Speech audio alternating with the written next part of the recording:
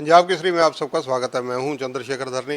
हरियाणा विधानसभा के deputy speaker Krishna Middha जी हमारे साथ मौजूद हैं, बातचीत करेंगे। मिड्ढा जी, स्वागत है पंजाब केसरी में। जी नमस्कार जी, जय माता की। मिड्ढा साहब, राहुल गांधी की सक्रियता हरियाणा कांग्रेस को लेकर एक बार फिर से बहुत ज़्यादा बढ़ने वाली है, और कांग्रेस जब से सत्ता विहीन हुई है, राहुल गांधी की पहली बार दखलंदाजी देखी जा रही है। देखिए, पहले तो कल राहुल गांधी जी हरियाणा में आ रहे हैं, उनका स्वागत है। लेकिन वो जिस विषय को सुलझाने के लिए आ रहे हैं, वो विषय सुलझने वाला तो है ही नहीं। प्रयास करके देख लें, वही कहावत है, एक ढाक के चार पार, वही रहेगा, इससे कोई बढ़ने वाला तो है नहीं।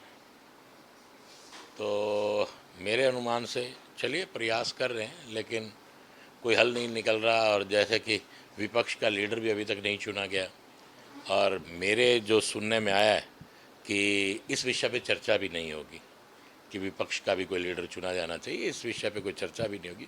और आपके सामने है कि किस प्रकार से कांग्रेस के अंदर ही खलबली मची हुई है, और कांग्रेस तय ही नहीं कर पा रही कि किस प्रकार से क्या किया जाए। आज आपके सामने है कि कांग्रेस के हालात, क्योंकि तीसरी बार भारतीय जनता पार्टी की सरकार बनना हरियाणा में अपने आप में एक बहुत बड़ी मिसाल, और अपने आप में एक इतना बड़ा झंडा भारतीय जनता पार्टी ने गाड़ दिया।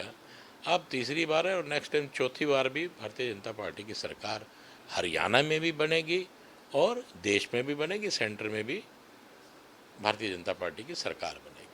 मिड्ढा जी, कांग्रेस के नेताओं की तरफ से लगातार यहाँ मीटिंगों के दौर जारी हैं। कांग्रेस के प्रभारी हरियाणा के जो हैं वह तथा अन्य बड़े नेता लगातार कसरत कर रहे हैं। संगठन बनाने को लेकर कांग्रेस पिछले लगभग 12-13 साल से बिल्कुल हरियाणा में जीरो साबित हो रही है। संगठन को लेकर ही राहुल गांधी आ रहे हैं। देखिए, आ रहे हैं, मैंने जैसे कहा है कि वो आ जरूर रहे हैं, लेकिन परिणाम 0/0 निकलेगा। परिणाम अच्छे निकलने वाले नहीं है, ये एकदम तय है। और बात संगठन की है, जो 12-12 साल से संगठन बना ही नहीं पाए, तो आज संगठन कैसे खड़ा हो जाएगा। कई प्रदेशाध्यक्ष बदल गए, अशोक तंवर चले गए, उनके बाद शैलजा चली गई, अब उदय भान जी हैं, तो मतलब कहने के कि संगठन कहीं नज़र नहीं आता। देखिए, आते जाओ और जाते जाओ, होने वाला कुछ नहीं है। ये जैसे को है ना कि ये दुनिया का मेला, ये कांग्रेस का मेला है।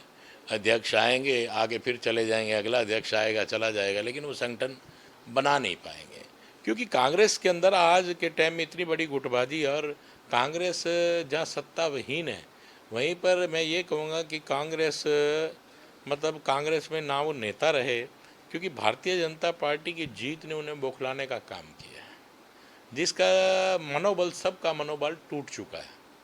और वो मनोबल जब टूट जाता है तो व्यक्ति कुछ नहीं कर पाता। आज आप देख सकते हैं कि भारतीय जनता पार्टी के छोटे से छोटे कार्यकर्ता का भी मनोबल बहुत बड़ा है। तो लड़ाइयाँ मनोबल से जीती जाती हैं। और जहाँ तक संगठन का सवाल है, वो जो विपक्ष का लीडर नहीं चुन पाए इतने महीनों में, वो संगठन को कैसे खड़ा कर देंगे। कांग्रेस के देश के सर्वोच्च नेताओं में शुमार है राहुल गांधी। उनके आगमन को लेकर आपकी तात्विक टिप्पणी है कि उनके आने का कोई प्रभाव नज़र नहीं आएगा, इसके कारण क्या है? देखिए, मैंने जैसे कि आपको बताया, मैंने तो उनका स्वागत भी किया है कि वो हरियाणा की धरती पे आ रहे हैं। इतने बड़े लीडर, तो हमारा फ़र्ज बनता है कि हम तो कह रहे हैं कि उनका हरियाणा की धरती स्वागत करती है। लेकिन होने वाला कुछ नहीं है। वो आ रहे हैं अपनी एक फॉर्मेलिटी, अपना एक प्रयास करके। जैसे आए थे साहब, खाली हाथ आए थे और खाली हाथ ही चले जाएंगे।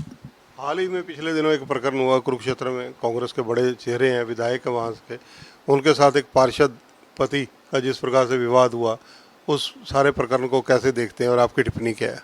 देखिए, वो उनका आपसी विवाद कैसे शुरू हुआ वो वही जानते हैं, लेकिन जो हुआ गलत हुआ। देखिए, मेरे अपनी निजी सोच के अनुसार जो हुआ गलत हुआ, लेकिन शुरुआत कहाँ से हुई और वो मामला कैसे बिगड़ा, हकीकत में वही लोग जानते हैं। तो इस बारे में और तो क्या कह सकता हूँ, क्योंकि एक मीटिंग चल रही है, मीटिंग में कैसे विवाद खड़ा हुआ और वो कैसे मामला बिगड़ा, ये वही देख सकते हैं। बीजेपी सरकार को हरियाणा में तीसरी बार लगातार बने हुए 6 महीने से ऊपर का समय हो गया, कैसे देखते हैं सारी पारी को?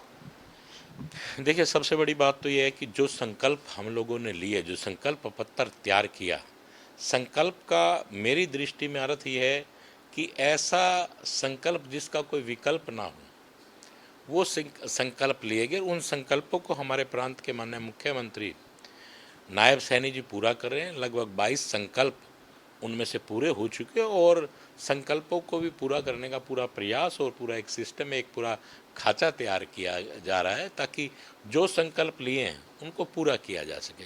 जैसे कि मैंने आपको कहा, संकल्प वो जिसका कोई विकल्प ना हो। आज भारतीय जनता पार्टी का ना हरियाणा में विकल्प है, ना देश में विकल्प है। जिस प्रकार से कोरोना एक बार फिर से फैलने की खबरें आ रही हैं, कई जगह पेशेंट भी मिल रहे हैं, इन चीज़ों को लेकर आप क्या कहना चाहेंगे? देखिए, मैं एक डॉक्टर होने के नाते भी सबसे कहूँगा कि देखिए, बीमारी आ रही है तो उसके प्रति सजग रहना चाहिए। हमें पूर्ण रूप से अपनी सजगता दिखाते हुए पूरा ध्यान देना चाहिए ताकि वो बीमारी इस बार यहाँ पर पाँव ना पसार सके। और अगर कोई ऐसी महामारी आती है तो वो पूरे देश पर इसका प्रभाव पड़ता है, और जिसे किसी को भी अगर थोड़ा सा भी शक लगे उसे तुरंत जांच करवानी चाहिए और अपने आप को जो नियम है कोरोना के, उन नियमों के अनुसार अपने आप को रखना चाहिए। धन्यवाद। तो ये हैं doctor Krishan Middha, deputy speaker है हरियाणा विधानसभा के। राहुल गांधी के हरियाणा आगमन पर उनका स्वागत तो कर रहे हैं, लेकिन साथ ही साथ राजनीतिक रूप से जो इनकी टिप्पणी है वो बड़ी स्पष्ट है कि 0/0 रिजल्ट ये तय है, क्योंकि ना तो कांग्रेस का संगठन है और ना ही कांग्रेस नेता प्रतिपक्ष चुन पाई है। कैमरामैन संजय सिंह के साथ चंद्रशेखर धरनी, पंजाब केसरी टीवी, चंडीगढ़। हमसे जुड़े रहने के लिए हमारे YouTube चैनल को सब्सक्राइब करें और नई वीडियो की नोटिफिकेशन के लिए बेल आइकॉन को दबाएं। अगर आप ये वीडियो Facebook पर देख रहे हैं तो लाइक जरूर करें और ज्यादा से ज्यादा शेयर करें। धन्यवाद।